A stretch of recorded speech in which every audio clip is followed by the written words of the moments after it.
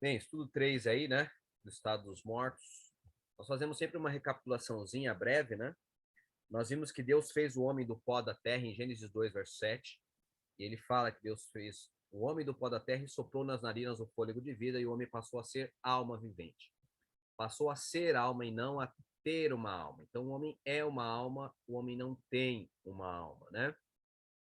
Então, nós vemos aí que a fórmula da vida humana é pó da terra mais fôlego de vida, e o resultado é uma alma viva, de modo que a alma morre. E quando ela morre, significa que o pó vai voltar para a terra e o fôlego volta para Deus. O problema aí da imortalidade da alma é acreditar que esse fôlego de vida é uma alma, é uma pessoa, é um ser que sobe, né, com consciência e tudo mais. Mas a Bíblia não ensina isso, né? Pó da terra mais fôlego de vida é alma vivente, é o que a Bíblia fala, né? Demos o exemplo do computador, que quando você junta o cérebro do computador, que tem as informações, mas você não consegue acessar, você une com a energia elétrica, aí você tem um computador funcionando. Da mesma forma, o nosso cérebro. Ele está feito ali de pó, mas precisa do fôlego de vida. E quando junta os dois, aí então você tem acesso às informações do cérebro aí, né? Verificamos também Eclesiastes, que usa aquela ideia do verbo voltar, né? O pó volta à terra como era, ou seja, vai ser como era antes. E o espírito, né, que é a palavra ruach, que é o fôlego, né, volta a Deus que o deu. E se fala volta, eles voltam no sentido original que eles tinham. Então não pode ter consciência, porque antes não tinha, a menos que você entenda que as questões aí funcionam como uma reencarnação, né? Quem acredita na reencarnação, aí entende aí que a pessoa, que a alma é consciente, ela vai, encarna e depois ela morre, sai e volta. Agora, quem é cristão não crê nisso, né? E então não dá para você acreditar em imortalidade da alma, porque a Bíblia ensina que ao ele voltar, ele volta a ser o que era, né?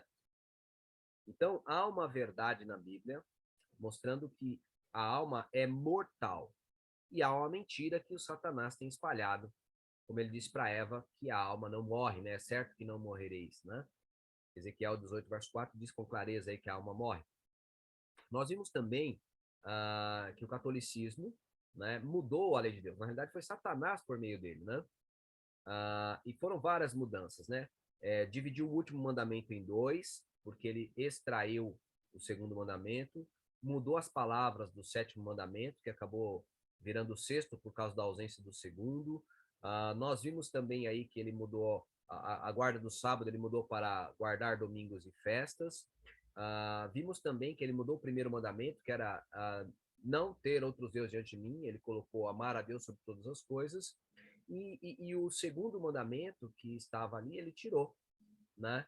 Que era o mandamento que proibia imagens de escultura. Você vai ver isso em Êxodo, capítulo 20, do 3 até o 17, são os 10 mandamentos. Você vai ver que o segundo ali, mandamento, que está no versículo, uh, do versículo 4 até o 5, 4, 5, você vai ver ali o mandamento que proíbe a adoração de imagens de esculturas. E por que ele fez essa subtração, tirou esse mandamento? Exatamente para inserir as imagens dentro da igreja. E essas imagens, ela vem de um sincretismo. Era o paganismo que usava imagens dos seus deuses, dos santos, né? E nós vimos aí a questão dos egípcios, que eles faziam imagem depois que a pessoa morria. E esse ritual é seguido no catolicismo. Ele só faz uma imagem depois que a pessoa morre, né? Canoniza ali. Para quê? Para estabelecer a proibida comunicação com os mortos, como Deus havia dito. Não haja em vosso meio nem encantador de encantamentos, nem quem consulte o espírito de adivinho, nem mágico, nem quem consulte os mortos, porque todo aquele que faz isso é abominação. Então, quando você consulta uma dessas imagens aí, você está restabelecendo aquela comunicação com os mortos que Deus proibiu. E, infelizmente, está no engano, né? Como diz a Sagrada Escritura. Nós vimos a questão da história, do assunto da imortalidade da alma, né? Que todo mundo pagão no passado acreditava, mas um camarada condensou os pensamentos da imortalidade da alma no seu livro, foi Platão. Na sua obra Fédon, ele escreve aí o pensamento da imortalidade da alma, que a alma, quando nós morremos, a alma sai do corpo para a sua eternidade, para a sua perfeição e tudo mais, né? mas enquanto nós estamos vivos, a alma está presa no corpo, que é a prisão da alma, né? Vimos que essa mensagem, ela chega ali em Roma, porque Roma destrói a Grécia, vence a Grécia, mas absorve a sua cultura, criando a cultura greco-romana. E de Roma, ela obviamente vai para a Igreja Católica, porque a Igreja Católica passou a se tornar Igreja Católica Apostólica Romana. E ali, o teólogo Agostinho, ele acaba pegando as obras de Platão, né, especialmente a Fédon, e condensando ali dentro diluindo ali Platão dentro dos pensamentos bíblicos. Mistura, amálgama os dois pensamentos, de modo que a imortalidade da alma é trazida com toda a força para dentro do cristianismo por meio de Agostinho, que cristianiza Platão. E aí a igreja passa a acreditar nisso e as suas doutrinas aí começam a surgir do inferno, também da filosofia grega, e aí tem a doutrina do purgatório, tudo com base nesse pensamento errôneo que entrou dentro da igreja. E aí nós temos aí no século XVI a Reforma Protestante, e os protestantes saem de dentro da igreja católica, resgatam muitas verdades bíblicas que tinham sido destruídas, né? Então, eles resgatam a verdade da sola escritura, salvação só por Cristo, só pela graça por meio da fé. No entanto, eles trazem ainda alguns costumes, né, do paganismo que estava dentro da Igreja Católica, como o batismo de criança, eles continuam fazendo, né? Eu mencionei para vocês que Calvino até afogou os anabatistas, né? Por conta disso. Eles trouxeram a guarda do domingo, e eles trouxeram também a crença da imortalidade da alma, principalmente Lutero, por exemplo, que foi o principal reformador, ele era um monge agostiniano, né? Então ele tinha um pensamento bem peculiar ali de Agostinho, né? E aí, obviamente, as igrejas protestantes, que nascem dessa reforma protestante, mantêm esse pensamento da imortalidade da alma, e aí você vê aí que quase todas as igrejas, né, protestantes, todas as religiões no mundo, né, só igrejas protestantes não, todas as religiões no mundo têm esse pensamento da imortalidade da alma. No entanto, nós já vimos que não é o pensamento da palavra de Deus, né? Nós vimos também que o Espiritismo odeia a crença da Trindade, né? Eles detestam isso, nós vimos textos sobre isso.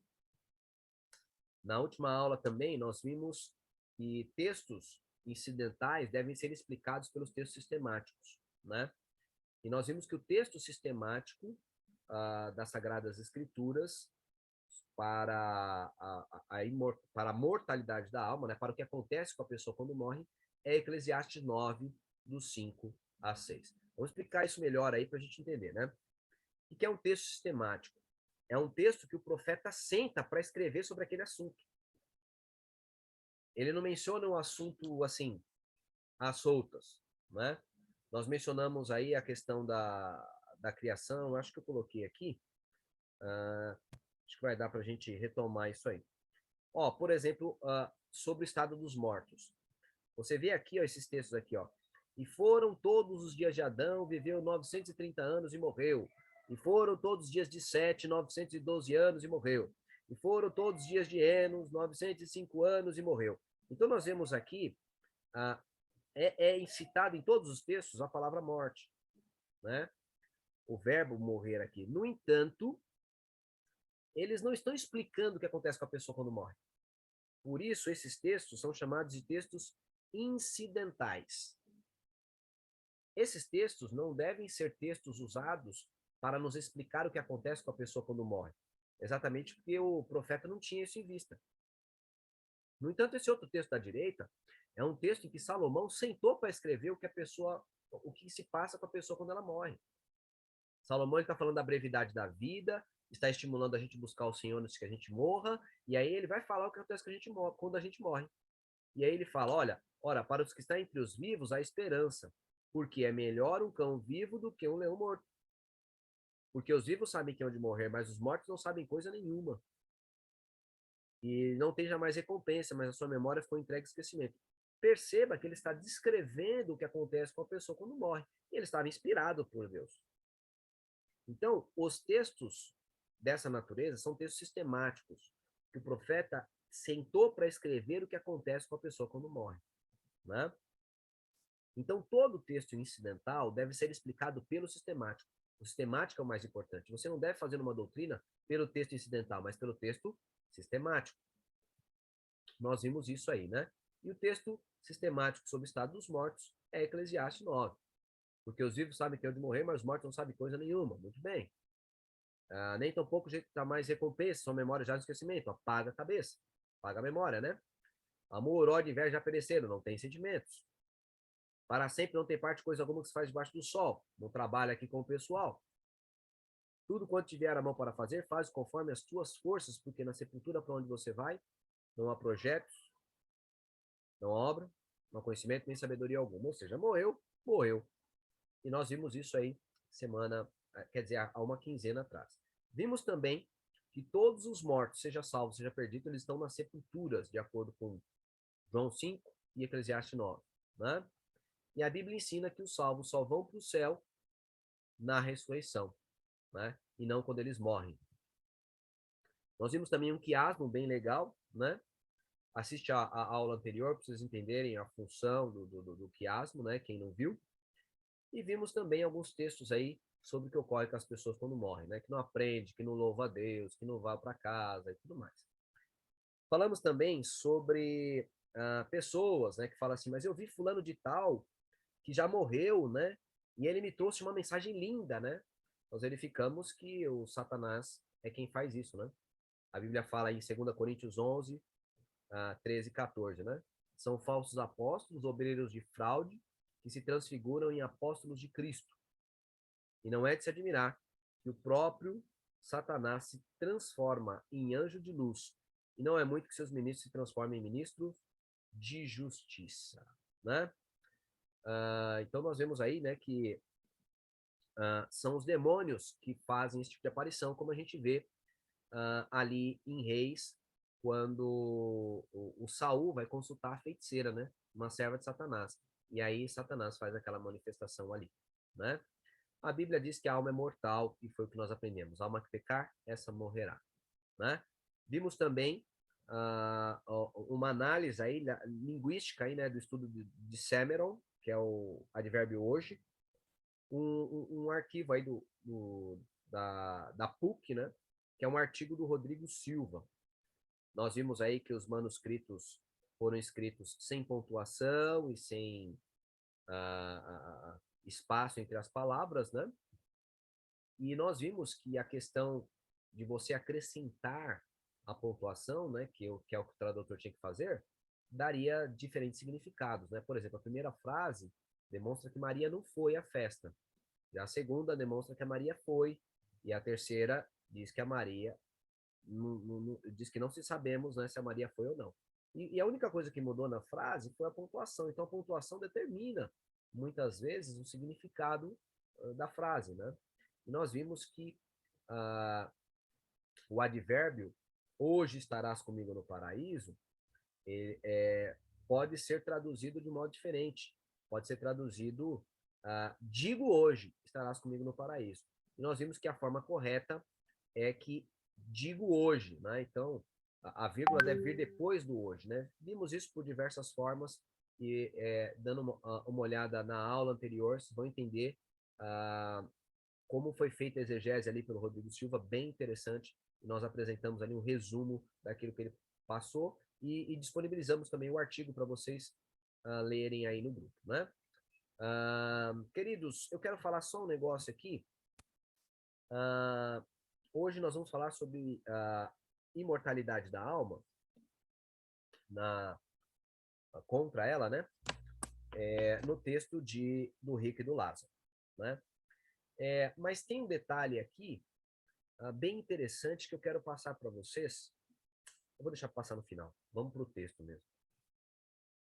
Porque é o seguinte, algumas pessoas morrem não, algumas pessoas ficam em coma, e nessa que elas ficam em coma, elas dizem que que viram uma luz no fim do túnel, sentiram um prazer tremendo, depois elas voltaram, né?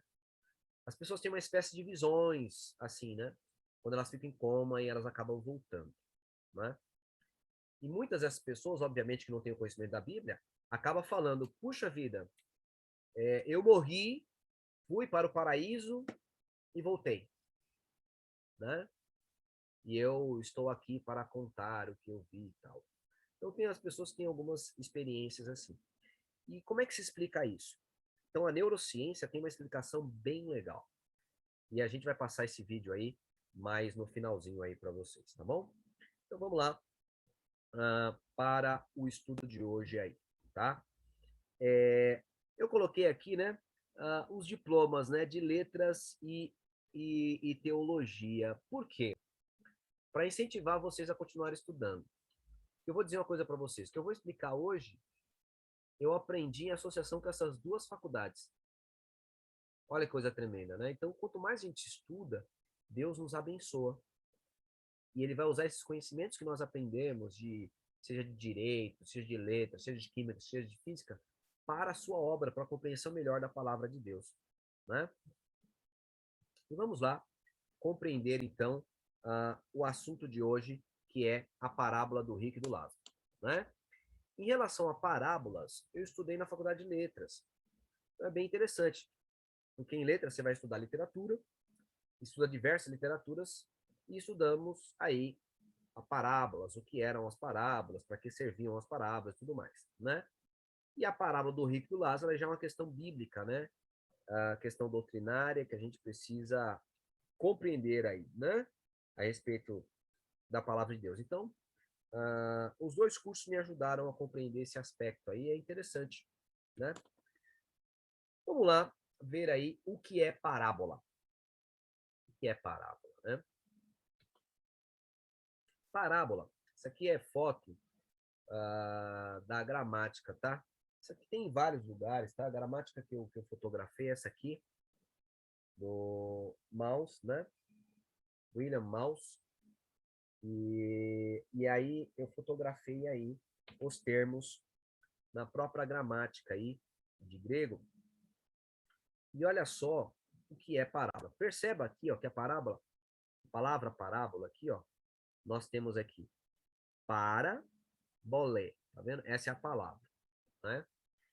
É uma palavra feminina, né? E ex aqui ele está falando do genitivo, esses tracinhos aqui. Então, parabolê, e a tradução aqui você vê que é parábola, né? A palavra parábola, ela é o resultado da junção de duas palavras. A palavra pará, que é uma preposição, e a palavra balo, que é um verbo. Para é da parte de, ao lado de, na presença de, ao lado a lado com. Ele tem uma ideia de estar ao lado, sabe? Essa ideia majoritária da palavra para. Parar, né? Da preposição. E balo é o verbo jogar, lançar, né? De modo que parábola é uma história que se usa em paralelo, ao lado, né? Coloca ao lado. Você vê que a rua paralela é aquela que está ao lado da outra, né? Então, é uma história que se coloca ao lado de algo que se deseja exemplificar. Então, tem algo que você quer dizer, só que você não quer falar com as mesmas palavras. Aí você usa essa história para exemplificar o que você quer dizer. Isso é parábola, tá? E isso é muito importante a gente compreender. Por quê? Porque quando se conta uma parábola, não se quer que a pessoa, não se almeja que a pessoa fique ligadona no conteúdo literal, no conteúdo da história. Você tem que entender o que ele quis dizer com isso. Vamos dar um exemplo aqui para vocês.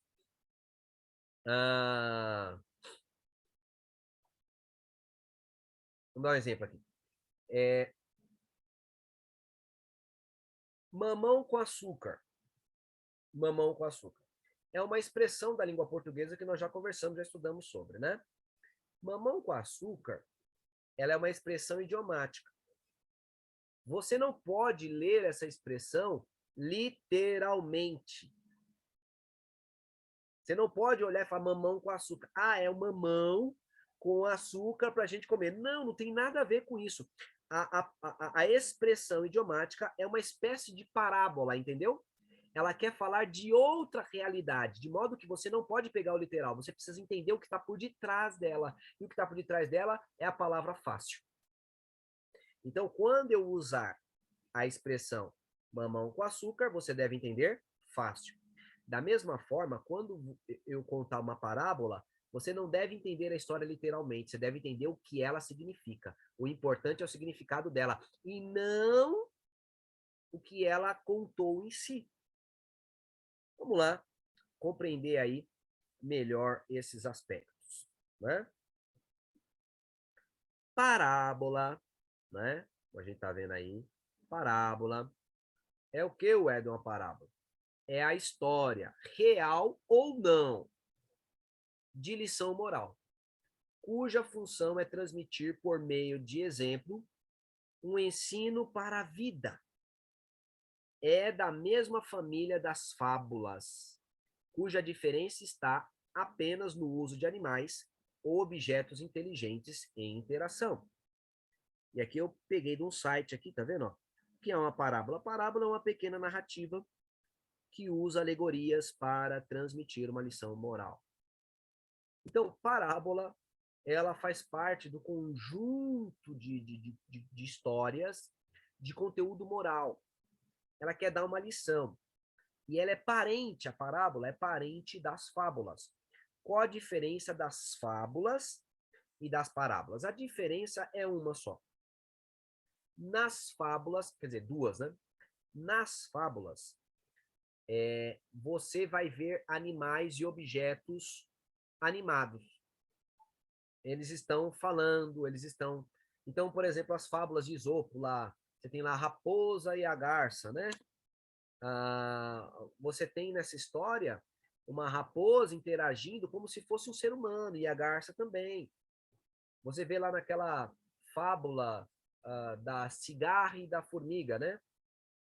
Da formiga e da cigarra, né? E aí a formiga trabalhando todo o tempo, tal, tudo, e a cigarra só cantando, cantando, cantando, e aí de repente vem o inverno, e aí a formiga tem comida, e a cigarra não, e a cigarra bate na porta da formiga, e a formiga diz, olha minha filha, você, enquanto eu trabalhava, ficava cantando, agora, dance. Então, essa fábula, você não deve entender literalmente que as formigas, de fato, tiveram uma interação com a cigarra, bateram um papo e tal, né? Você não pode entender isso. Você tem que entender o que está por detrás. E o que está por detrás é o seguinte, amigão, se você não trabalhar, você vai ter consequências danosas. E quem trabalha tem sucesso e tranquilidade depois. Sofre agora, mas tem sucesso depois. Então, você tem que entender isso. E a diferença entre a parábola e as fábulas é só essa, tá? Ah, tá, tem uma outra diferença. Como as fábulas vão usar animais falantes, objetos falantes e pensantes, é sempre uma história mentirosa. É uma história inventada, que eu quero dizer. A parábola não, pode ser uma história verídica ou uma história inventada, tá? Então, só essas duas diferenças aí entre as parábolas e as fábulas. Você pode encontrar isso, quer ver? Na enciclopédia Barça, que eu não tenho mais a Barça. Eu tive que vender minha Barça, uma pena. Barça, livrão antigos lá, tal, tudo, mas, gente, tinha um conteúdo muito bom ali.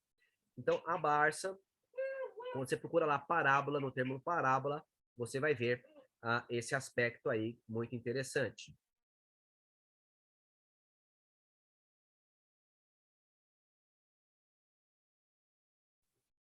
Perdoe, tem uma filha surda, né? Sabe como é, né? E aí ela vem cantando aqui para dentro, aqui, abriu a porta aqui, tá cantando. Então, vamos lá, prosseguir aí, né? No entendimento de parábola. Vimos aí o que é a parábola. Agora, a gente chega a uma conclusão. E a conclusão é simples, ó. Sua interpretação nunca pode ser literal. Nunca. Simplesmente nunca. Mas sempre contextual. Por quê? Pois é um tipo de relato literário, não próprio para relatar um fato. Ainda que se use um fato como parábola. Sua intenção é explicar algo por detrás da história contada, não podendo seu significado encontrar-se desvinculado ao contexto. Então, entenda, você não pode jamais pegar o significado literal da palavra, mesmo que ela fosse uma história literal, mesmo que ela seja uma história literal. E aí, se ela é usada como parábola, você deve entender o que está por detrás. Porque o objetivo da parábola é dar um exemplo dentro de um contexto.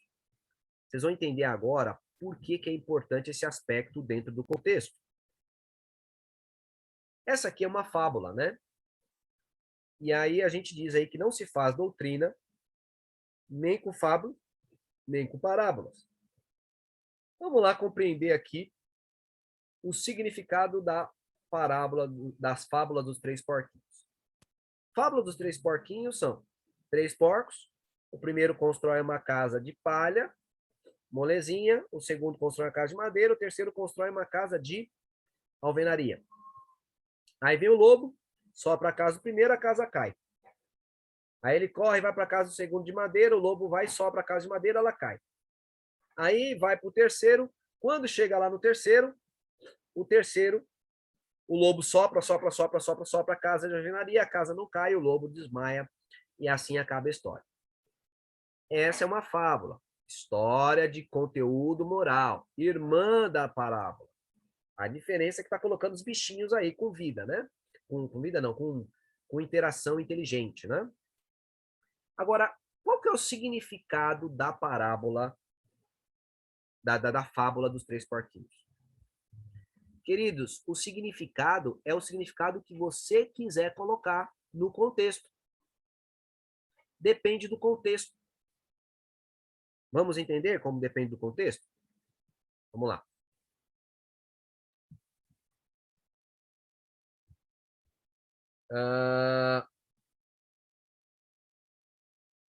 Contexto de casamento.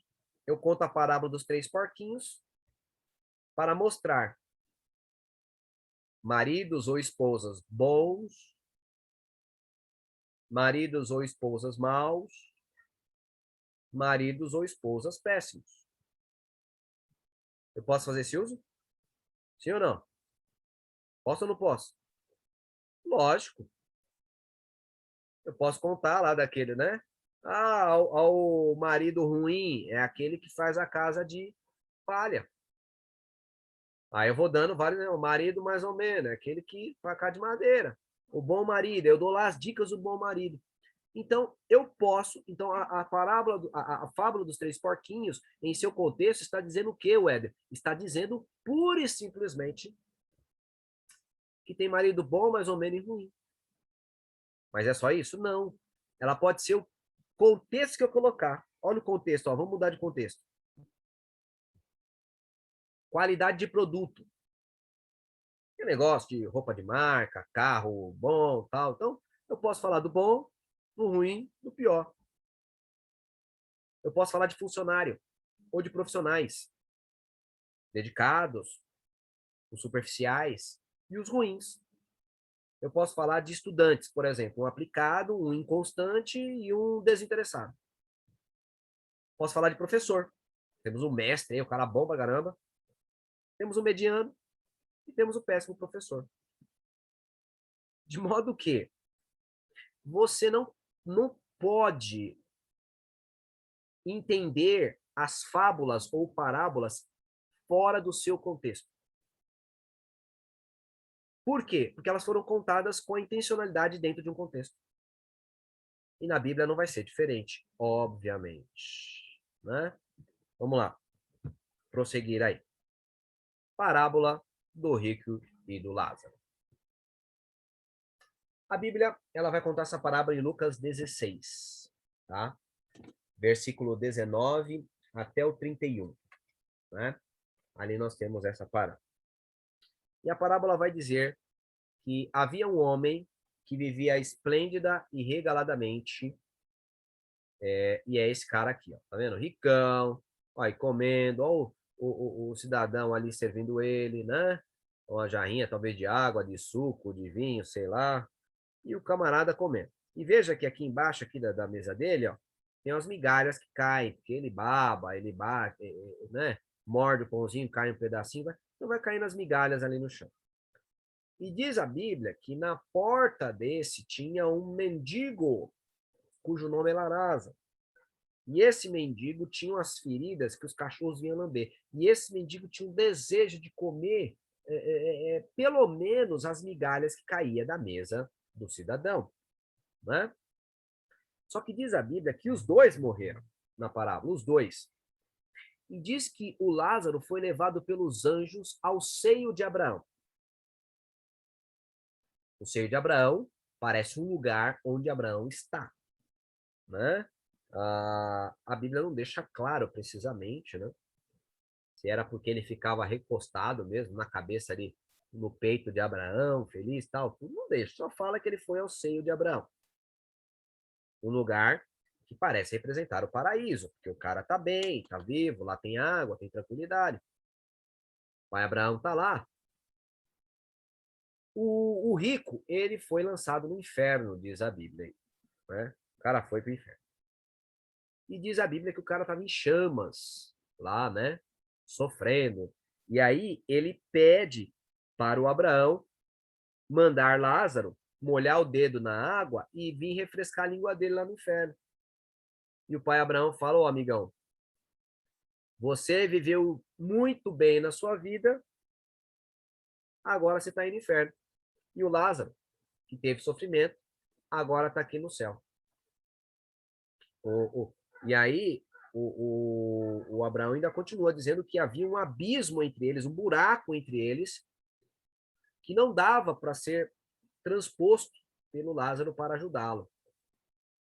E aí, o rico compreende sua situação, e aí ele fala: então, o pai Abraão, manda alguém dos mortos ir lá avisar os meus parentes para que eles não venham para esse lugar de tormento.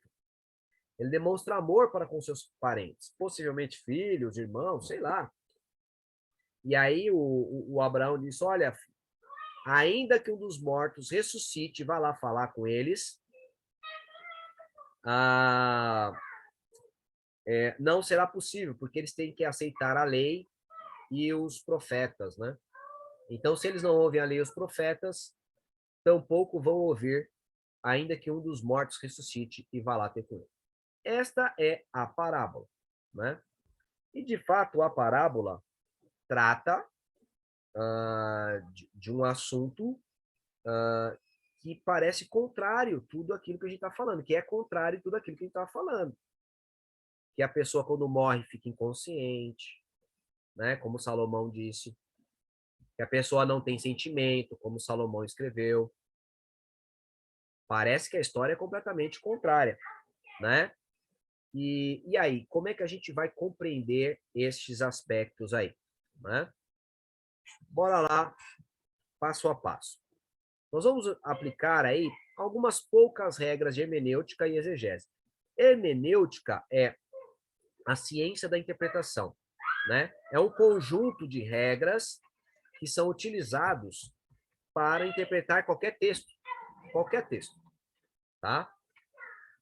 Exegese é a aplicação dessas regras sobre um texto para extrair do texto o significado que ele nos dá. Não é eu colocar o significado no texto, mas eu tirar do texto o que o texto quis me dizer. Vamos lá, então? Nós vamos ver o contexto histórico. Contexto histórico, nós vamos trabalhar mais ou menos como que era o mundo na época ali de Cristo, quando foi contada essa parábola. Contexto bíblico imediato, nós vamos estudar o contexto da parábola, o contexto em que ela foi escrito, para a gente entender o porquê que ele contou aquela parábola. Contexto bíblico geral, a gente vai verificar se aquele ensinamento está em harmonia com toda a Bíblia e com outros textos da Bíblia. E, por fim, nós temos o significado contextual, que é o quê? O que a parábola significa? O que ela quer dizer? Vamos lá, então.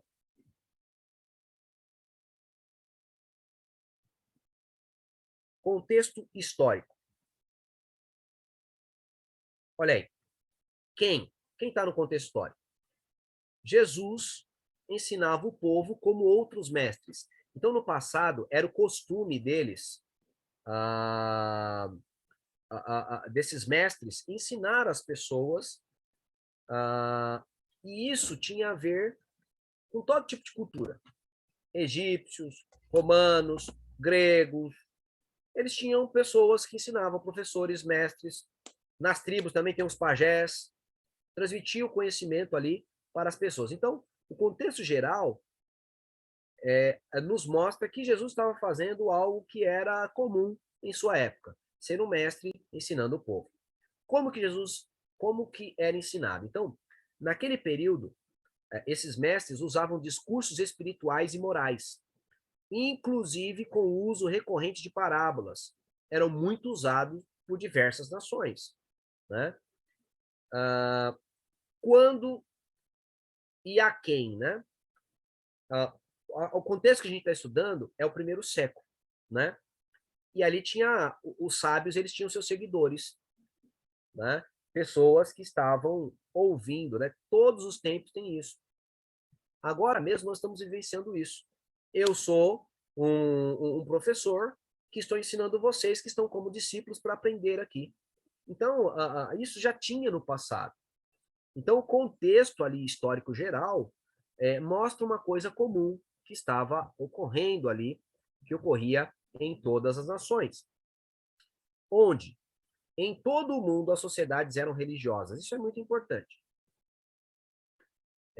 Não existe sociedade ateia. Não existe, né? Não existe. Teve um camarada aí que esses dias mencionou, uma sociedade ateia foi encontrada. Besteira. Essa sociedade ateia lá que eles falam que não existe um Deus, né? Não existe Deus. Mas eles dizem que existem os espíritos que guiam eles, que criaram tudo e que ajudam. Então, ou seja, eles só mudaram de nome, Deus para os espíritos, né? Mas eles creem em Deus. Então, não existe nenhuma religião no mundo, nenhuma nação no mundo que não tenha esse contexto religioso. E todo aquele período era religioso, e então tinha esse tipo de ensinamentos, de exemplificação, para as pessoas chegarem a uma determinada compreensão. Né? Para quem? Os sábios usavam. Tá onde ainda, né? Os sábios usavam os templos, livros, reuniões, areópagos e cerimônias para ensinarem aos seus, né? Eu coloquei ao seu, né? Seu povo devia ser aqui. E o contexto externo adjacente é que os povos antigos e da época tinham comportamento e crenças semelhantes, como os romanos, gregos, egípcios, inclusive histórias em que a situação invertia após a morte. Então, isso aqui é importante. O que acontecia ali no judaísmo acontecia no mundo inteiro, salvaguardadas as suas proporções, né, e diferenças. Inclusive, a história que Jesus conta do livro do Lázaro tinha histórias semelhantes nesses outros povos. Vamos dar uma olhada aqui nessas histórias aí, tá bom? Olha a coisa interessante aqui, ó. Um site falando do Egito, né? Aí ele menciona aqui, ó, na conclusão do estudo dele, né? Eles estão falando aí Carta aos Mortos, né, dos egípcios. Cada cultura antiga tinha algum conceito em relação à vida futura. Ele está falando da imortalidade da alma, né? Que a pessoa morre e acontece. Mas a do Egito era a mais completa e certamente a mais ideal, na ótica dele. Mas é interessante ele falar a mais completa, por quê? O que ele quer dizer com isso? Os egípcios tomaram tempo para escrever por detalhes o que acontecia com cada sessão, que ia para o bom, o que ia para o ruim, para onde que eles iam, quem fazia, quem guiava, como é que era o juízo, como é que era ser salvo, como é que era perdido, o que acontecia com a pessoa quando morria, por que tem que fazer a múmia. Então, os egípcios são muito detalhistas, é isso que ele quer dizer. E eu estou usando esse texto aqui porque tem uma história egípcia muito interessante. Veja se vocês não veem correlação com a história do rico e do Lázaro.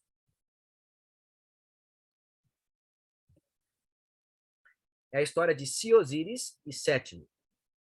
Então, ó, um mágico egípcio chamado Siosíris, ele volta de Amente. Amente é a terra dos mortos, né? E ele reencarna numa família pobre, né? Na família pobre de Sétimo. Um dia, pai e filho, eles atravessam, né? Eles passam por dois funerais. Um de um homem rico, um funeral completo de honras esplêndidas, e o outro de um homem pobre, que é meio que amaldiçoado, né, na comum necrópolis, né, na terra dos mortos. Né? Na visão deste, Sétimo deseja, né, então Sétimo tinha uma visão, né? Sétimo deseja por um fim similar, parecido ao do homem rico. Então, o Sétimo está passando com Siosíris aí, né? E ele tem o desejo de ter a morte do rico. Por quê? Porque é cheio de pompa, foi bem tratado, não foi jogado de qualquer jeito que nem o do pobre. Aí o jovem Siosíris, né, filho de Sétimo, por isso ele conhece o outro lado, né? Porque ele havia morrido e reencarnado, né? Segundo a história egípcia, porque a Bíblia não fala sobre reencarnação. Tanto é que Hebreus 9, 27 diz: ao homem está ordenado morrer uma só vez, vindo depois disso o juízo, né? Então o homem não morre várias vezes. E aí, então, aqui, o jovem Siosíris, por isso que conhece o outro lado, ele, por isso, toma o seu pai, né? Leva o seu pai para fazer um tour em Amente, a terra dos mortos, onde eles veem o homem rico descrito em vívido tormento, enquanto o pobre homem permanece justificado ao lado de Osíris no julgamento da humanidade. Então, isso aqui é um erudito alemão que escreve essa história, e você percebe a clareza de que a história é a história do rico e do Lázaro. Os caras estavam bem, então tem o rico e o pobre. Quando foi ver lá no futuro, inverteu o papel. O outro estava vendo a riqueza, no prazer, e o outro estava vivendo no inferno. Então, olha só que coisa interessante. Ao Jesus contar a parábola, não está inventando a parábola. Está contando uma história que era recorrente ali naquele período. Os próprios judeus tinham pelo menos 7 histórias semelhantes a essa. Pelo menos 7 histórias os judeus tinham. Então, a gente vê uma outra história aqui agora, né? Isso aqui é o julgamento helenístico, né? Dos gregos aqui agora, né? Vimos Egito. 3 homens morrem e são levados ao Hades, né? Um rico tirano chamado Megapenfe e um pobre sapateiro chamado Mícilos e um filósofo. Os 3 morreram. No julgamento, o filósofo e o sapateiro Mícilos, né, são encontrados na Ilha das Bênçãos, né? Eles são encontrados, são achados imaculados, né? E são levados à Ilha das Bênçãos, ou Ilha Abençoada. Enquanto Megapenfe, que era um tirano, ele foi considerado culpado e foi punido assim de acordo com as suas más obras. Esse aqui é um doutor Batista, interessante esse aspecto aí, né? De novo, a gente verifica essa história da inversão de papéis e tudo mais, né? Que eram crenças comuns da época, tudo do período lá do primeiro século, isso aqui, tá? Que isso nos mostra, né? A conclusão que ele toma é o seguinte: o que a gente aprende aí nesse contexto, né? Eles mostram que o motivo de uma inversão de sorte, né? Na vida após a morte aí, né? Ou na pós-morte, pós-vida, né? Que eu tô falando, mas na vida após a morte, na língua portuguesa, né? Era comum entre diferentes culturas do mundo mediterrâneo. Então, eram histórias comuns naquele período, essa história de inversão de papel. Então, o contexto histórico nos diz o seguinte, ó, histórias de reversão de condições após a morte, como a história do rico e Lázaro, eram comuns na época de Jesus, dentro e fora do judaísmo. Só os judeus tinham pelo menos 7 dessas histórias. Jesus se vale do conhecimento judaico de sua época, usando em seu contexto moral religioso, em forma de parábola, para transmitir alguma lição ali aos judeus. Foi o que aprendemos aí no contexto histórico. Vamos agora entender o contexto imediato, que é o próprio texto em si, né? O que o contexto imediato nos fala? Quem era Jesus que ensinava discípulos, pecadores interessados, fariseus e escribas. Os dois últimos estavam desgostosos, né? Os dois últimos, os fariseus e os escribas estavam desgostosos ao ouvir, né? Isso é importante. É importante você entender o que é perícope. O que é perícope? Perícope são trechos completos de um texto da Bíblia. Como assim? Por exemplo, no site da Escritura, lá no YouTube, lá, a gente tem vários estudos, né? Esse aqui é o 52º estudo que nós estamos fazendo. Então, se você for lá nos 51º, né? 52 porque o que o Samuel passou foi dividido em 2. Mas se você pegar ali todos os estudos que nós fizemos, você vai ver que há vários tipos de temas diferentes. Então, imagina que cada estudo que eu coloquei ali, ainda que em ordem crescente, cronológica ou de ideias, eles são uma perícope. Cada estudo está tratando de um assunto apenas. Assim acontece com o conteúdo bíblico. Jesus, por exemplo, está contando várias parábolas. De repente, o autor muda, falando no dia seguinte, então fechou a perícope. Essa parte que vai falar do dia seguinte já não tem a ver com o contexto anterior. Deu para vocês entenderem mais ou menos aí? É como se fosse capítulos de livro. Ó, esse capítulo está tratando disso, esse capítulo está tratando disso. A Bíblia também tem isso. E a parábola do rico e do Lázaro, ela está num contexto que começa no capítulo 15. Dá uma olhada lá no capítulo 15, que vai mostrar aí, ó, versículo 1. Ó. Chegavam-se a ele todos os cobradores de impostos e pecadores para ouvir. Esse é o primeiro público de Jesus. Segundo público, ó. Mas os fariseus e os escribas murmuravam, este recebe pecadores e come com eles. Então Jesus também estava falando com esses camaradas. E ali também estavam os seus discípulos. Você vê capítulo 16, verso 1. Disse Jesus aos seus discípulos. Então tinha ali 3 grupos, eram os grupos a quem Jesus estava ensinando. E como eu disse, os fariseus não estavam gostando. Como já falou, esse homem recebe pecadores, come pecadores com ele.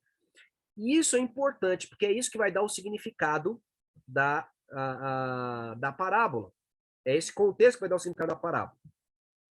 Como que Jesus estava ensinando? Por parábolas. Contou diversas parábolas. Com que finalidade?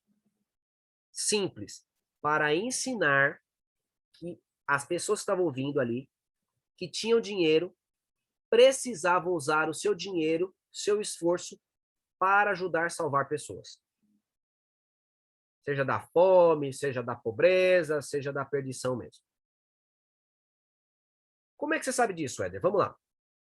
Parábola da ovelha perdida, que é a primeira parábola que ele conta. Verso 4. Alguém pode ler para a gente aí o verso 4? Lucas capítulo 15, verso 4. Como eu peguei vocês de surpresa, talvez a Bíblia não estava aberta, eu vou ler esse primeiro aqui, depois vocês continuam, tá bom? Lucas capítulo 15, verso 4 diz assim, ó. Que homem dentre vós, tendo 100 ovelhas e perdendo uma delas, não deixa no deserto as 99 e não vai após a ovelha perdida até achá-la? Queridos, o cara perdeu uma ovelha e ele tinha 100, ficou com 99. Jesus conta que o camarada faria o quê com o rebanho dele? Diz que ele deixaria as 99 ovelhas no deserto. Sabe o que isso significa? Ele arriscaria perder todo o seu rebanho para buscar uma só. Só que os fariseus estavam dispostos a isso? Não. Eles estavam xingando Jesus ali, porque Jesus recebe pecadores. Os fariseus não queriam estar com os pecadores, os escribas, não queriam estar com os pecadores. Esses pecadores aí, eles são desse jeito, e são pobres aí, miseráveis, sabe por quê? Porque são amaldiçoados de Deus. Então eu não vou tirar a maldição de Deus de cima deles. Se Deus quiser que tire, eu não vou ajudá-los. Então os fariseus não concordavam com essa visão de Jesus, que a gente tinha que arriscar tudo para salvar um pecador. Aí Jesus contou a segunda parábola, da dracma perdida. De novo, há gasto de tempo, há gasto de azeite, porque a mulher teve que acender uma lamparina, e há esforço também. Mas os fariseus não concordavam com essa ideia de estar resgatando os pobres miseráveis. Jesus contou uma terceira parábola, do filho pródigo. Esse pegou toda a riqueza do pai e gastou tudo. E voltou moribundo, chateado. E diz que o pai gastou com ele? Gastou. Mandou colocar sapato no menino, mandou colocar uma capa custosa nele, devolveu o anel familiar do menino, ou seja, recebeu ele como filho, matou um bezerro cevado e deu uma festa. Teve gasto, não teve? Teve gasto para a salvação de uma pessoa. E os fariseus concordavam com isso? Não. Eles não estavam a fim de fazer isso. Queria que se explodisse os pobres, os que se afastaram de Deus, porque eram todos amaldiçoados por Deus. Aí Jesus contou uma parábola interessante. Ela é chamada de a parábola do mordomo infiel. Era um camarada que trabalhava para uns cidadãos e ele foi chamado pelo patrão. O patrão disse assim, ó, vem, faz conta aqui do dinheiro que eu te passei, que eu vou te mandar embora. Não quero mais trabalhando comigo. E agora esse cara, se ele fosse mandado embora, ele não ia ter onde morar. Porque o mordomo, em troca dos seus serviços, ele comia, ele tinha uma casa ali no terreno do patrão. Mas depois que ele era mandado embora, ele tinha que sair de lá. E aí esse cara ficou com medo. Ele falou, e agora? Não tem para onde ir. O que ele fez? Foi nos camaradas que ele gastou o dinheiro do patrão e falou assim, ó, quanto você deve pro meu patrão? Ah, deve 100. Aí escreve 50 e me paga. Aí, quanto você deve pro meu patrão? 100. Ah, escreve 80 e me paga. E assim, ele foi e fez maldade com o patrão, porque os caras deviam 100 e ele fazia o cara escrever 50 e pagar 50 como se o cara tivesse pagado toda a dívida. E ele foi lá e devolveu o dinheiro pro patrão, fez tudo direitinho. Ok. Mas diz a Bíblia, Jesus, que esse cara foi louvado pelo seu patrão. Ó, você é um cara inteligente mesmo, fez tudo aí direitinho, muito bem. E esse camarada, ó, esse camarada, agora tinha como morar na casa de outras pessoas. Por quê? Porque ele iria até essas pessoas que ele emprestou dinheiro e falou: "Ô, cara, meu patrão mandou embora. Você não quer me contratar como seu trabalhador? Poxa, eu te ajudei. Você veja que você devia 100, eu escrevi 50, cara, né? Me ajuda aí, cara, me dando um lugarzinho para morar." E aí ele acabaria morando na casa desses pessoal. Por quê? Porque ele usou o dinheiro da injustiça para conseguir amigos. E fazendo amizade, ele conseguia agora ter uma vida bacana, né? Na casa dos patrões aí. O interessante é que Jesus, ele conta essa história e ele diz assim, ó: usem os tesouros da impiedade, da injustiça, para granjear amigos. Olha só, vamos lá, Lucas 16, versículo 8 e 9. Louvou aquele senhor o injusto administrador por haver procedido prudentemente, pois os filhos deste mundo são mais prudentes na sua geração do que os filhos da luz. Verso 9. Eu vos digo, olha o que Jesus fala: granjeai amigos, conquistai amigos. Com o quê? Com as riquezas da injustiça, para que, quando estas vos faltarem, vos recebam eles nos tabernáculos eternos. Vamos lá, então. O que Jesus quer dizer com isso? Usem as riquezas da injustiça para ganhar amigos. Quer dizer que eu vou no mercado roubar alguns produtos e fazer que nem Robin Hood? Levar os produtos para os necessitados, para os pobres? Será que é isso? Será que eu vou formar um movimento militante agora? Vou invadir uma terra que tem um determinado proprietário e como ele não está produzindo na terra, eu entro ali, tomo como se a terra fosse minha e reparto a terra entre os pobres necessitados? Será que é isso? Não. Deus não é a favor da injustiça. Inclusive tem uma lei na Bíblia, né? Não removas o marco do teu adversário. O que é o marco? É o piquete que marcava o limite da terra das pessoas, né? Então não podia mover o marco. Mover o marco é roubar o campo do outro, né? O que Jesus está querendo dizer? Queridos, eu trabalhei como professor. Trabalhei também como auxiliar de costura. Trabalhei como obreiro bíblico. Vamos pegar como obreiro bíblico. Vou pegar como obreiro bíblico. Ok? Obreiro bíblico. Como professor, eu trabalhava bastante. Como obreiro bíblico também. Só que como obreiro bíblico, eu ganho metade do que eu ganhava como professor. Eu sou professor do mesmo jeito. Vamos pegar agora um lixeiro. Lixeiro. Lixeiro trabalha muito, correto? Correndo atrás de caminhão e tudo mais. O lixeiro,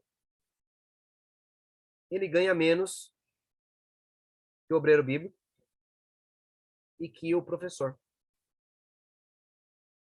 Agora, quer trabalho mais surrado que o do obreiro, que o do lixeiro? Vamos dar um outro exemplo aqui melhor. Tem um monte de camarada que não estudou, mas aí ele fez uma campanha política e foi eleito. E ele ganha lá os seus 30 mil reais. Tudo bem? Vocês acham que o político trabalha mais que o lixeiro? O que vocês acham? Não dá para comparar. Quem ganha mais?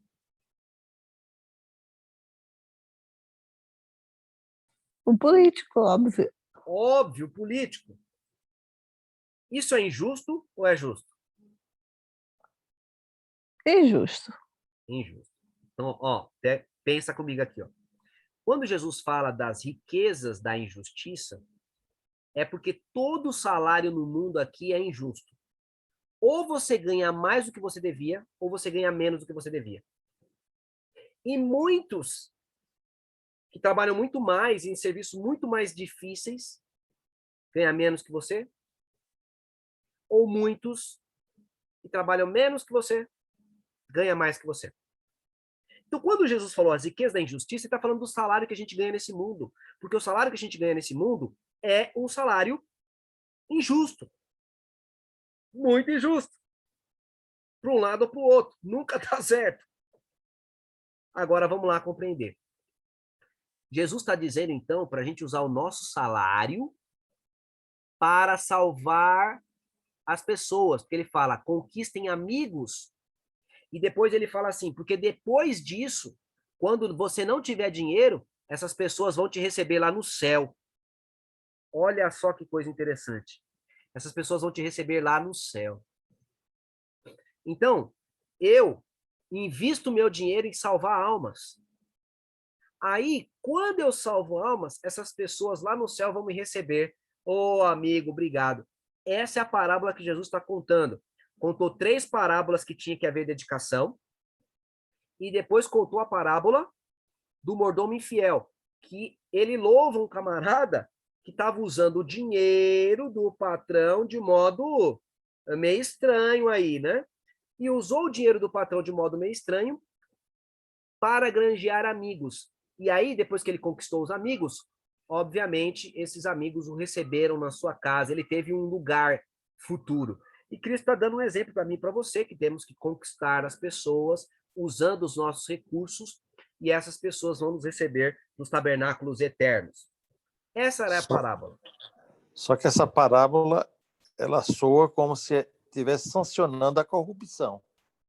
Aí fica um pouquinho difícil de entender, por mais que você tenha dado essa explicação. Wesley, por isso que parábola não se entende sem o seu contexto. Ela só é estranha, Wesley, para aqueles que tomam ela como literal. O que ele está falando está dentro do contexto de você usar o dinheiro que você tem, a qual ele chama nessa parábola de riquezas da injustiça, que era uma riqueza da injustiça. Você quer ver a riqueza da injustiça? Os fariseus naquele período eram um povo com dinheiro. E quem sustentava os fariseus? O povo. O mesmo povo que era o pobre que eles estavam rejeitando. Isso era justo ou injusto?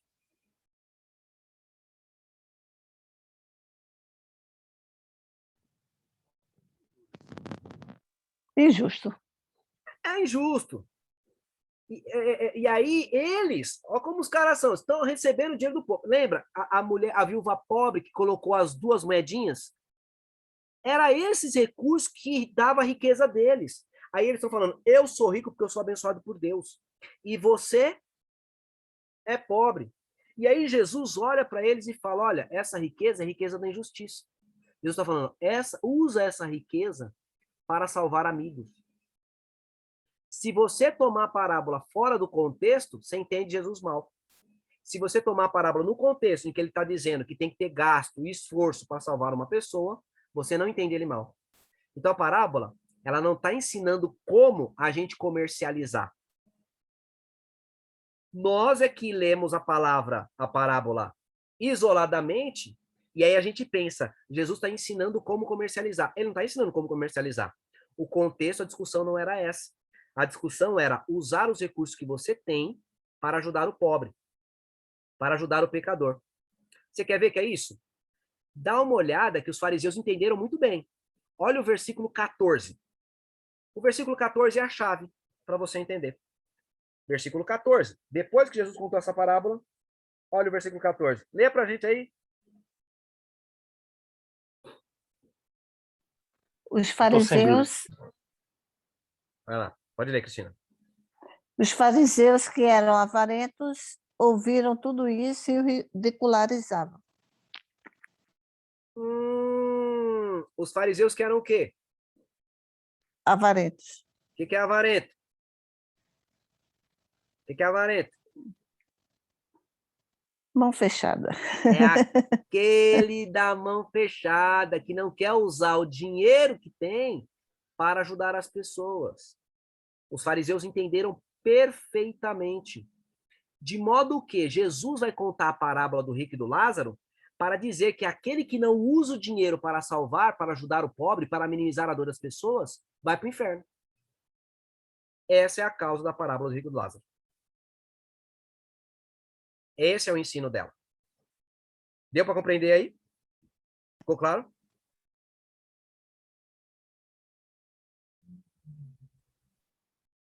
Sim? Beleza. Vamos prosseguir mais. Tem mais coisa para ver aí. Quando e a quem, né?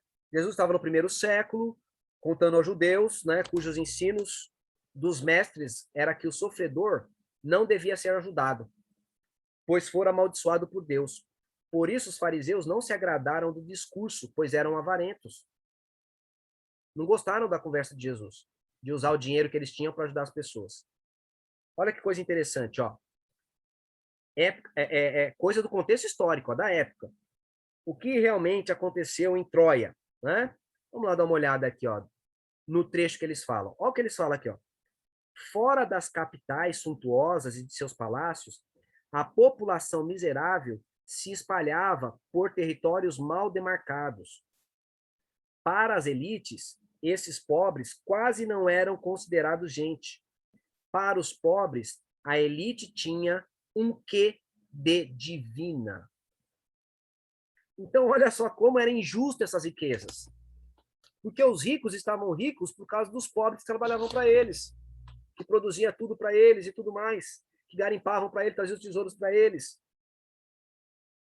Então, essa era a situação da época. E os ricos menosprezavam os pobres, quando a sua riqueza vinha da mão dos pobres. E os pobres olhavam os ricos como se fosse um deus, né? Que é a questão do Lázaro ali na mesa, ali na porta de Lázaro, do rico, querendo comer as migalhas deles. Contexto bíblico imediato. Logo, Jesus contou as parábolas da ovelha perdida, e essas partes em azul são os gastos que tem. Ó, veja só, arrisca o rebanho inteiro. Na dracma perdida, a mulher devota tempo, azeite e esforço. Na palavra do filho pródigo, o pai mata o animal, dá uma festa, dá um anel familiar, dá uma capa, dá sapatos, que eu nem coloquei ali. Na parábola do mordomo infiel, ele usa os recursos que lhe estão à mão para conseguir amigos. Ele usou até da maldade para conseguir amigos. E Cristo estava querendo ensinar pura e simplesmente com essas parábolas. E o dinheiro deste mundo injusto foi dado em nossas mãos para nós auxiliarmos as pessoas sofredoras e pecadoras. Como os fariseus eram avarentos, eles não queriam ter gastos em salvar aqueles a quem eles julgavam amaldiçoados por Deus. Foi por isso que Jesus contou a parábola do rico e do Lázaro. Logo, a causa de Jesus contar a parábola do rico e do Lázaro, contextualmente, refere-se a um contraponto à avareza dos fariseus, que estavam indispostos a gastar para salvar pecadores. Nada no contexto aponta para a intenção de ensinar o estado dos mortos. Então, quando eu chego e falo, é o estado dos mortos que está falando ali, é complicado, porque a parábola não tinha esse contexto. É o mesmo que querer dizer que a história dos 3 porquinhos é uma história literal. Prosseguindo. Contexto bíblico geral. No contexto bíblico geral, Deus não ensina a imortalidade da alma. Ezequiel 18, verso 4, fala que a alma morre. Verso 20 também. Como é que ele ensina? Sistematicamente, que na morte nós ficamos como no sono, ficamos inconscientes na morte, ficamos sem sentimentos, não fazemos obras, não louvamos. Vida após a morte aparece na Bíblia só em contexto simbólico, como a parábola de rico Lázaro, contexto pagão, quando Deus fala, não comunique com os mortos, como faz, né? Constará o povo os mortos, né?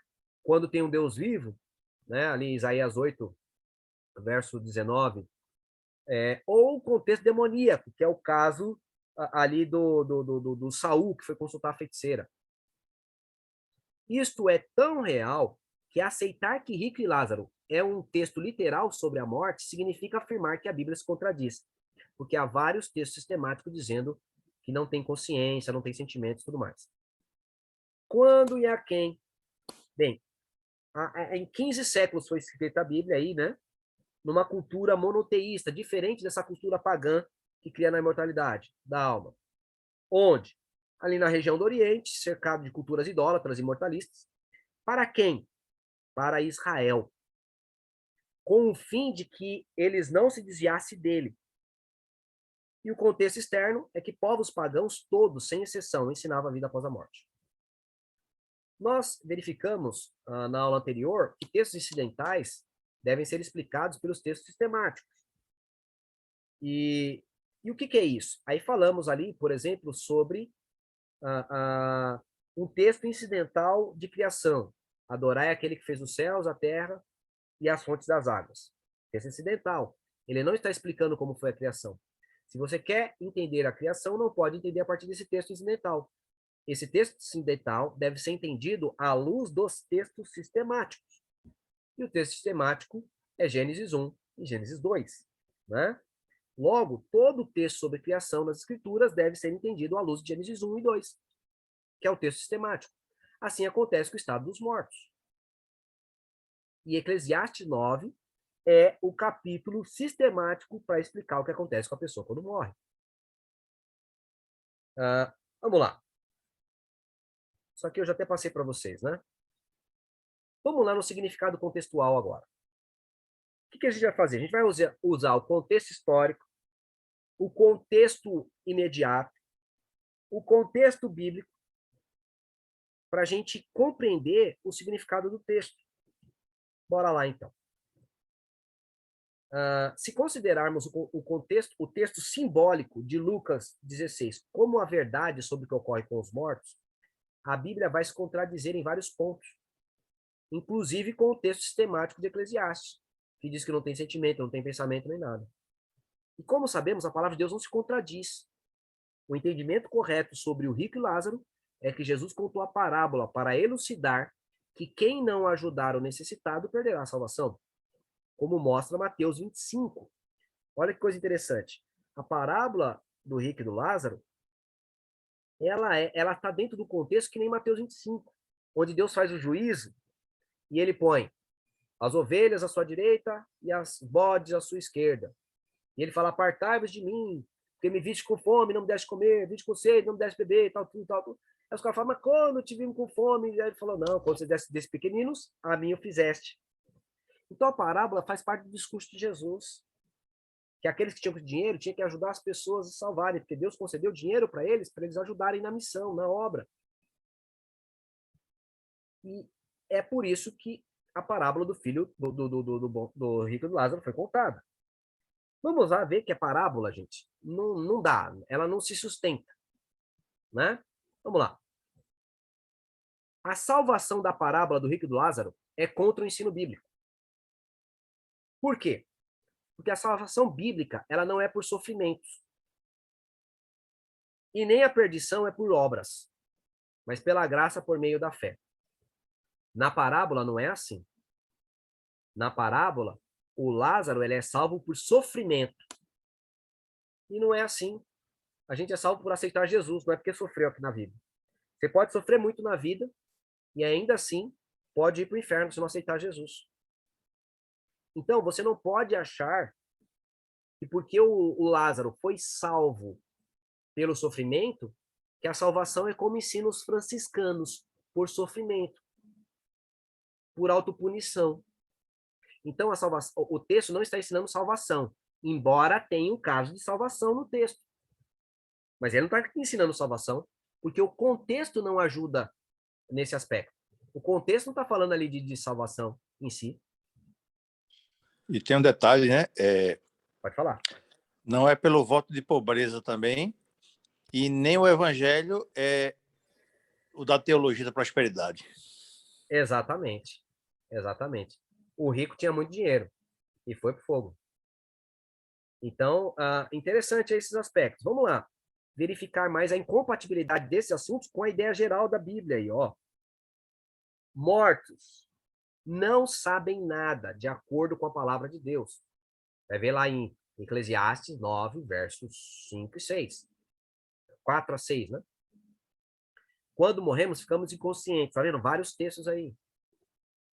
Mas no rico e Lázaro, eles estão conscientes após a morte. Então, entenda, se você aceitar que é uma parábola literal, vai contradizer com toda a Bíblia.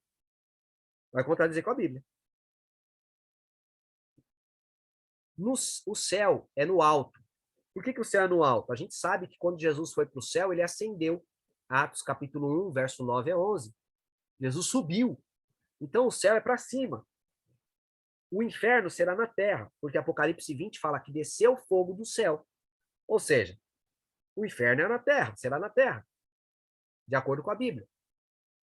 E não está acontecendo agora, porque Apocalipse 20 é um texto profético, mostra que ele vai ser depois do milênio. E o milênio não aconteceu. E o céu e o inferno não estão divididos por um buraco. Na parábola, aí é tudo diferente. Porque você vê lá o céu e o inferno, um do lado do outro, dividido por um abismo, dividido por um buraco. E não somente, um lugar bastante desagradável, porque você imagina uma mãe que está lá no céu e ela olha e consegue ver o filho dela lá no inferno queimando e gritando. Não faz sentido para com a ideia de um Deus de amor. Não faz sentido. Com raras exceções, a salvação e perdição ocorrerão após a volta de Jesus. Eu disse com raras exceções, porque Enoque, Elias e Moisés subiram ao céu. Tá? Com raras exceções, a salvação e a perdição ocorrerão após a volta de Jesus. Só depois de Jesus voltar. E aí tá os textos aí dizendo isso. Mas os camaradas foram salvos e perdidos na morte. Que é interessante. Como é que uma pessoa pode ir para o inferno ou ir para o céu sem o juízo? Precisa ter o juízo antes. Precisa ter o juízo antes. Mas não é o que acontece na parábola. Então ela também não está ensinando juízo. Quem morre não tem sentimentos de acordo com o assim do Senhor. Eclesiastes 9, verso 6, não tem sentimento. No entanto, na parábola, o rico sente dor, sente amor por seus parentes, tem dó dos parentes, manda o Abraão ir para lá. Então é o morto que tem sentimento, contrário às Sagradas Escrituras. E assim, a gente compreende que a parábola do rico e do Lázaro não é o que os religionistas modernos têm dito. O contexto não explica isso, nem o contexto imediato da parábola, que a única explicação dada no texto é que a parábola foi contada a fim de que as pessoas fossem motivadas, né? Especialmente os fariseus e escribas que estavam zombando de Jesus porque eram avarentos. Eles usassem os recursos que eles receberam para que eles pudessem ajudar as pessoas necessitadas. Tem mais coisas aqui, tem mais coisas que eu queria mostrar para vocês. Eu não sei se vocês aguentam, eu queria terminar esse estudo hoje. Então eu vou prosseguir aqui no estudo mesmo, né? Vamos lá.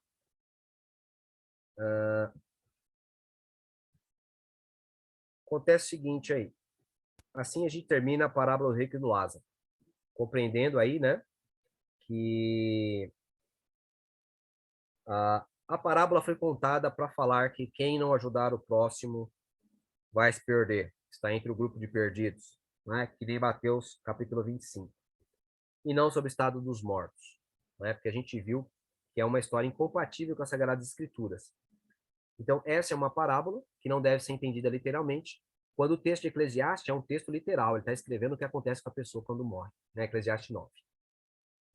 Tem outras passagens aqui que são importantes a gente considerar, tá? Nesse contexto de mortalidade da alma e tudo mais, né?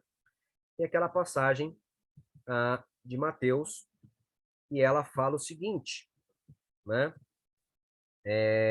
Não temais os que matam o corpo e não podem matar a alma. temei antes aquele que pode fazer perecer no inferno tanto a alma como o corpo. Então, segundo alguns estudiosos aí que creem na imortalidade da alma, ele olha esse texto e fala, tá vendo? Tá falando da imortalidade da alma.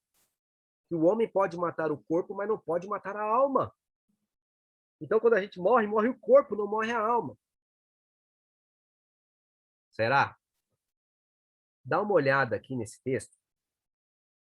As palavras que são empregadas, ó. A palavra alma eu coloquei em vermelho aqui. E no texto grego, eu coloquei aqui algo aqui, né? Destacando ela.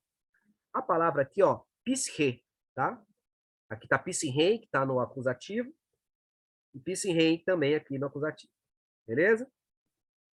Então, a gente verifica aqui que a palavra alma é a palavra psche. E é a palavra que vai dar origem à psicologia e tudo mais aí, né? Abram suas Bíblias em Mateus 10, que é importante acompanhar esse texto. Leia para a gente aí Mateus. Cristina, você pode ler para a gente? Mateus capítulo 10. Só que agora, o verso 39. Mateus 10, 39. Quem acha a sua vida, perdê-la-á. Quem, todavia, perde a vida por minha causa, achá-la-á. Muito bem. As palavras vidas aí são interessantes, porque não é a palavra zoe, que é a palavra vida no grego. Não é a palavra zoe. Que palavra que é usada para vida aí? Dá uma olhada aqui no texto grego, que interessante, ó. Quem acha sua vida, perdê-la-á. Quem, todavia, perde sua vida, por minha causa, achá-la-á. Aqui, ó.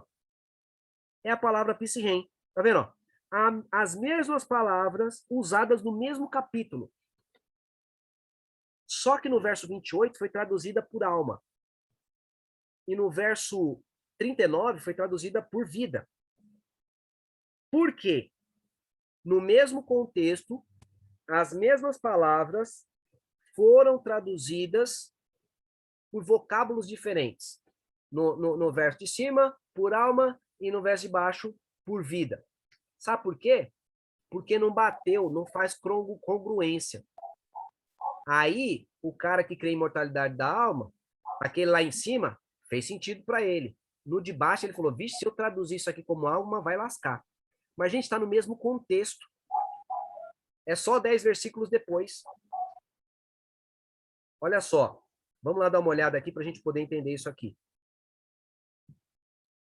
Ó.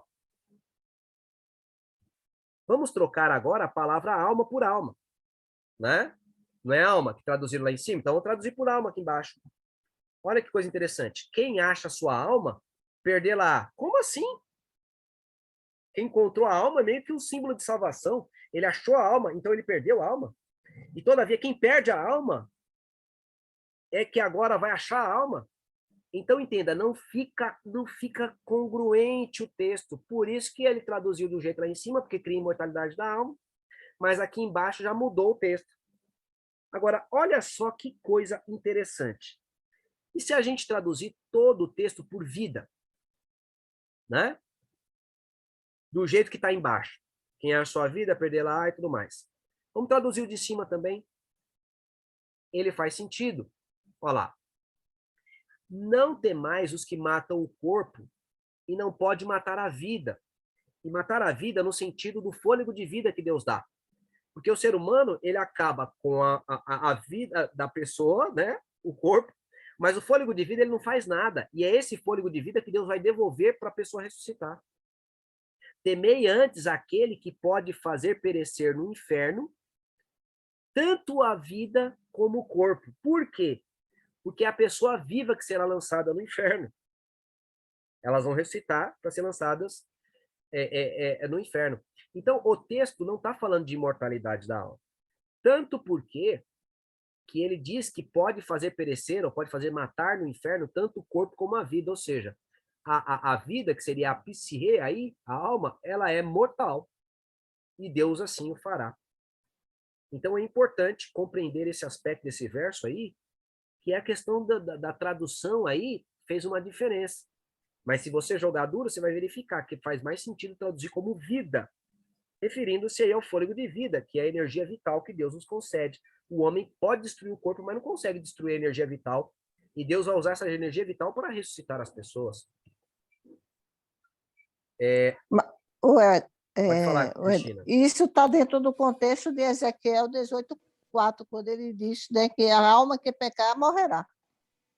Exatamente, a pessoa, né? Total aí, né? Exatamente. Então, a gente não pode usar essa versão e achar que a versão aí está corretíssima, né? Tessalonicenses, ele fala bem interessante, ó, porquanto o Senhor mesmo é dado a sua palavra de ordem, ouvida a voz do arcanjo, ressoada a trombeta de Deus. Descerá do céu e os mortos em Cristo ressuscitarão primeiro. Depois nós, os vivos que ficarmos, seremos arrebatados juntamente com ele nas nuvens para o encontro do Senhor nos ares. E assim estaremos para sempre com o Senhor. Nós vamos estar para sempre com o Senhor na ressurreição. É o que a Bíblia ensina, ressurreição, e não imortalidade da alma. João ainda completa, né? Não vos maravilheis disso, porque vem a hora que todos que estão nos sepulcros, eles não estão no céu, nem no inferno, estão no sepulcro, ouvirão a sua voz. Os que fizerem bem sairão para a ressurreição da vida. Os que fizeram mal sairão para a ressurreição da condenação. Ou seja, o cara vai ser condenado, vai ter que ressuscitar. E o cara, para ser salvo, vai ter que ressuscitar. Então, eles não estão no céu. Outro texto interessante e importante é de 1 Coríntios capítulo 15, que ele vai falar, né? Eis que vos digo um mistério. Nem todos dormiremos, mas transformados seremos todos. Ele fala que os mortos estão dormindo. Aí ele diz assim, ó, no momento, no abrir e fechar de olhos, ao ressoar da última trombeta, que é a volta de Jesus. Como diz 1 Tessalonicenses 4. A trombeta soará e os mortos ressuscitarão incorruptíveis. E nós seremos transformados. É assim que a gente vai para a glória, né? Inclusive, nós vamos cantar a vitória sobre a morte, porque não tem mais pecado, né? Onde está a morte, o teu aguilhão, né? Os anjos descem para buscar todos os salvos transformados e levam para o céu. Sobe lá quem estava vivo, que foi transformado, e sobe quem estava morto, ressuscitou e foi transformado, né? Então, os caras não estão no céu depois da sua morte, mas irão ao céu na volta de Jesus. Outra coisa sobre o inferno, né? Um relato aqui rápido, pelo menos, né? Que não tratamos profundamente esse assunto. Mas ele diz assim, ó, Malaquias 4, do 1 a 3, sobre o inferno. Pois eis que vem o dia e ele arde como fornalha, em que todos os soberbos, todos que cometem perversidade, serão como restolho. Restolho é palha. E o dia que está para vir os abrasará, vai transformar eles em brasa. De sorte que não lhes deixará nem raiz, nem ramo. Ou seja, não vai ficar nada, nem a raiz do pecado, que é Satanás, e nem os seus servos. Pisareis os perversos, porque se farão em cinzas debaixo das plantas dos vossos pés. Então eles vão se fazer em cinza, não vão ficar queimando eternamente. É o que diz a Bíblia. Deus vai transformar aqui no paraíso, né, de acordo com Apocalipse 21. Vemos também esses 3 textos, que é o fim do estudo. Só tem agora 3 slides para a gente acabar. Os santos, esse é um texto dos primeiros escritos, os santos precisam alcançar completa compreensão da verdade presente, a qual serão obrigados a sustentar pelas escrituras. Precisam compreender o estado dos mortos, pois os espíritos dos demônios lhes aparecerão, pretendendo ser amigos e parentes amados, os quais lhes declararão que o sábado foi mudado, bem como outras doutrinas não escriturísticas. Então, entenda. Você precisa se preparar, porque o nosso último embate agora será pessoalmente com os demônios. Eles vão aparecer a nós como os nossos parentes amados para discutir Bíblia. Vão dizer que o sábado foi mudado, ali o decreto dominical, vão dizer um bocado de coisas, vão usar a Bíblia. Então, o nosso desafio agora no final do tempo será discutir Bíblia com os demônios. E diz o texto que os santos devem compreender bem esse assunto. Por isso que eu considerei um dos principais assuntos do nosso estudo. Porque no final você vai ter que discutir Bíblia com o capeta. Você está preparado? Você conhece bem a Bíblia? Conhece bem esses textos para você defender? Olha a continuação desse texto, como o assunto é sério.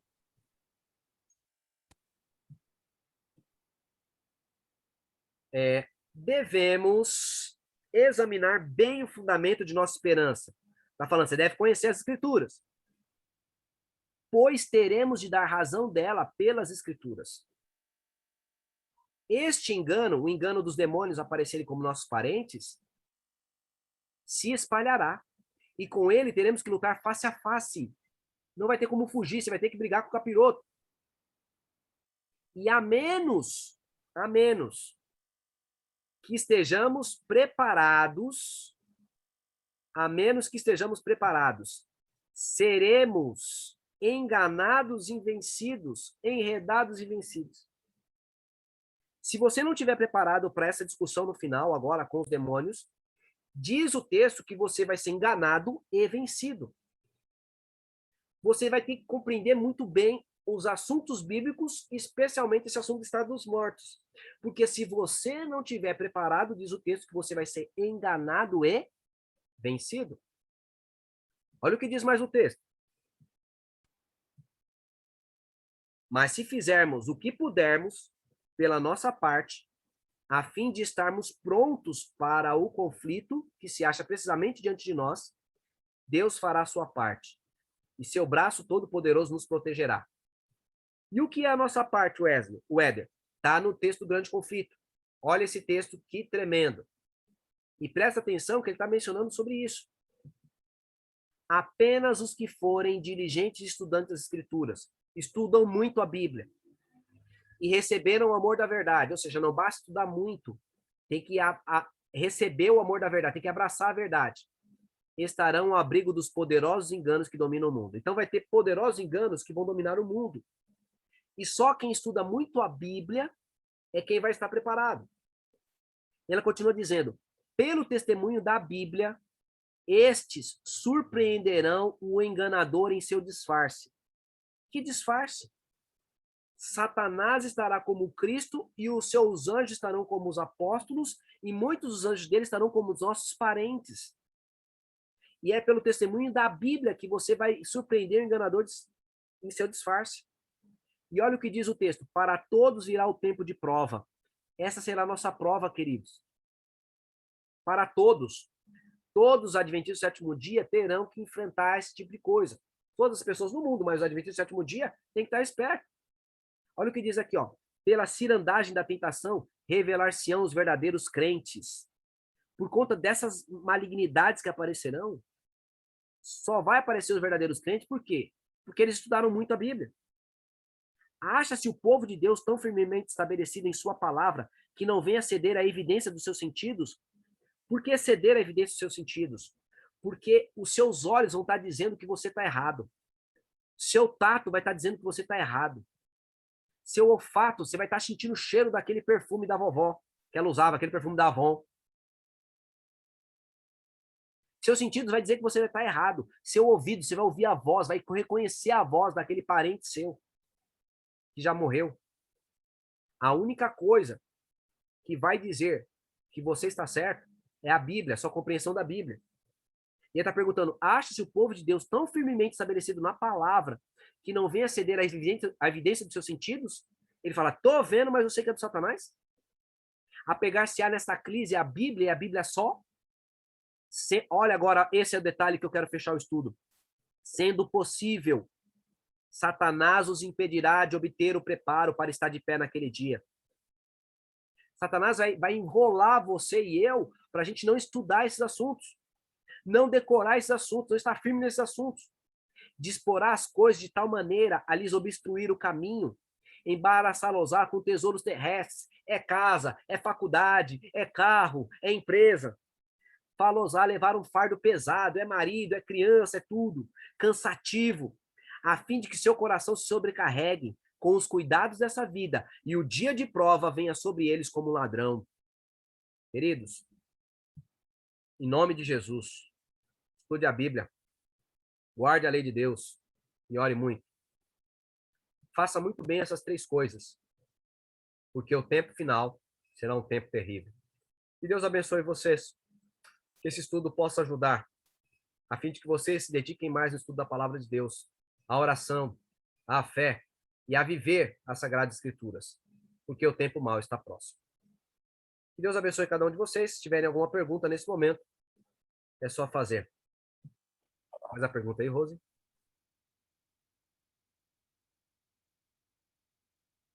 Faz a pergunta aí, Rose. Se você não vai... Você mutou aí o áudio. Se você não vai comentar a respeito lá quando a pessoa está em coma, na neurociência. Neurociência, beleza. Vamos deixar o neurocientista falar, então. Pera aí.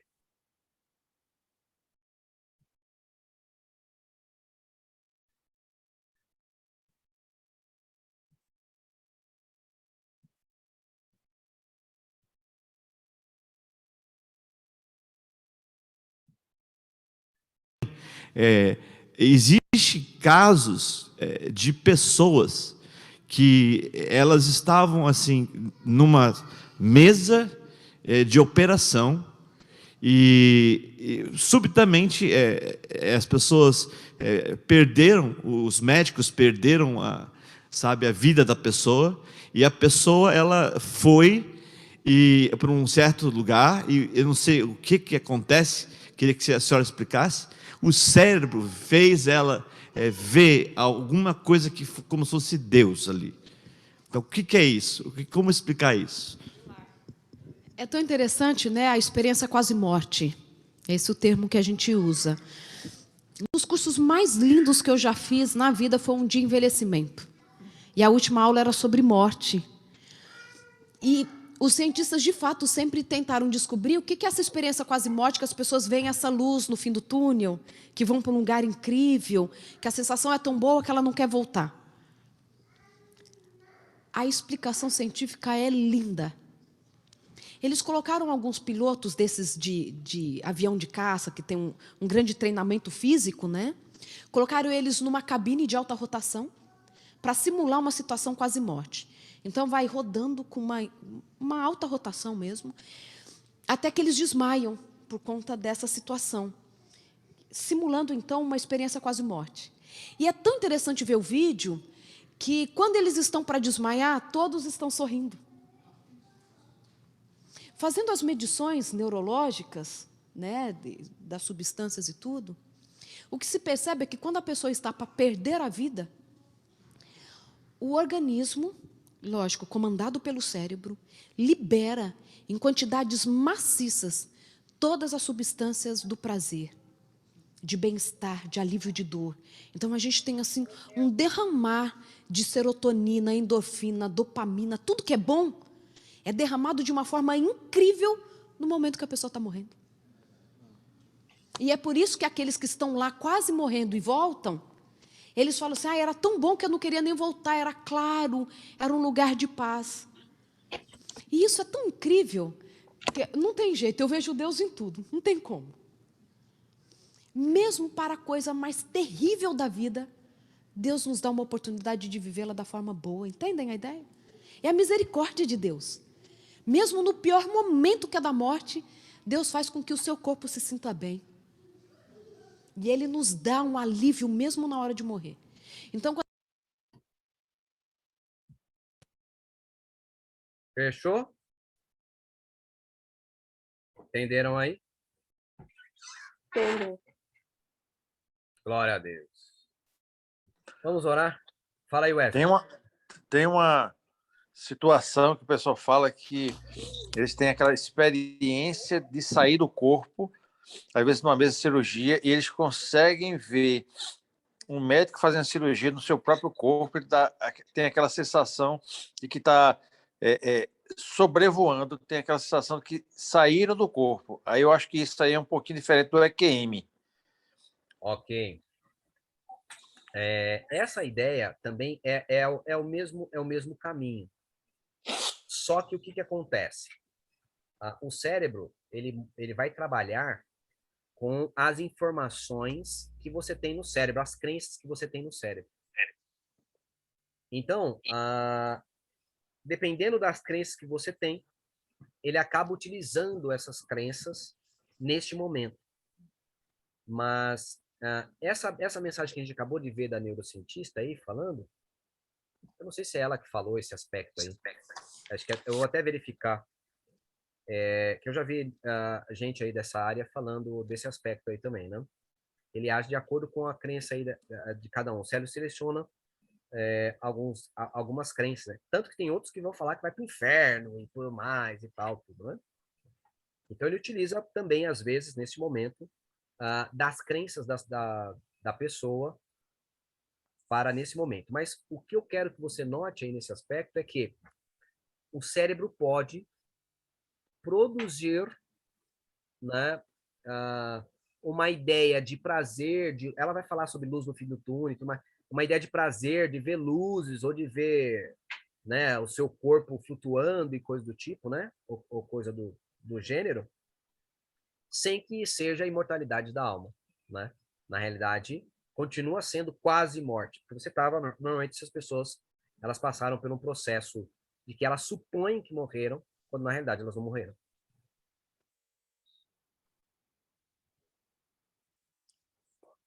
Entendeu aí? É bem parecido com a experiência. Talvez um sonho ali naquele momento, que a mente está ali, que sabe que o cara está na mesa de cirurgia, sei lá, uma situação que precoma. Eu sei de uma coisa, que normalmente, quando tem um acidente brusco, um acidente de carro, alguma coisa do tipo, que o seu cérebro ele apaga naquele momento, é uma proteção que o organismo dá, que o cérebro apaga e você não lembra mais de nada. Você lembra que você estava dirigindo momentos antes e você não lembra de nada. Você acorda muito tempo depois no hospital e aí é a proteção que o cérebro dá para o corpo, né? Para a mente, né? Porque cheio de dores, né? Eu vi isso num testemunho de um camarada que contou que ele sofreu um acidente. Ele estava de moto, ele entrou debaixo do caminhão, o caminhão atropelou ele, assim, todo lado direito dele, né? E aí ele menciona isso, que casou muito bem com a explicação dessa neurocientista aí. Ele fala que ele estava sofrendo muita dor, muita dor, muita dor. Chega um momento que ele não estava aguentando de dor. E aí foi fazer a cirurgia, que tinha que mexer nos ossos dele lá, que estava tudo quebrado. Os camaradas deram uma injeção lá nele, lá, e ele apagou, tinha que apagar. Só que o que acontece? Depois da cirurgia, ele tem que acordar depois de um determinado tempo. Se ele não acordar depois de um determinado tempo, aí lascou. E aí o tempo dele estava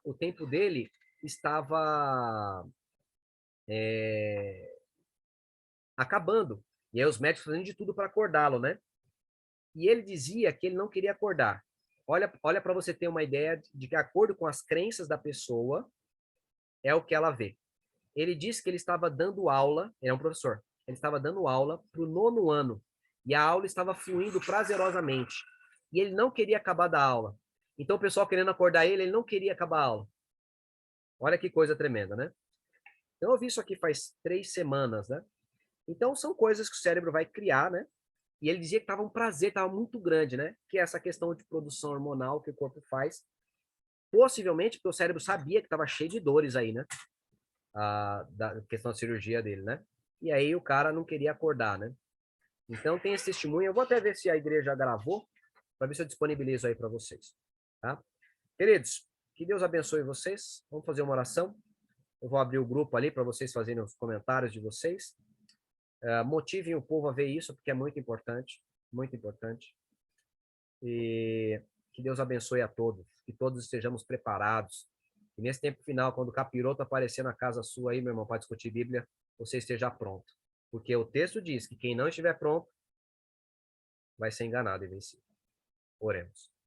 Querido Deus e eterno Pai, por favor, tenha compaixão de nós e abençoe, ó Deus, porque no grupo Escritura tem um monte de gente, mas poucos participam ali. Por favor, ó Deus, abençoe, para que esses 3 estudos que fizemos, eles possam se dedicar neles. Em nome de Jesus, pedimos e agradecemos. Amém. Que Deus abençoe vocês, meus amigos. Amém. Beijão Boa noite. aí. Deus abençoe, boa noite. Valeu aí. Até mais. Com Deus. Tchau, tchau. Boa noite. Até mais.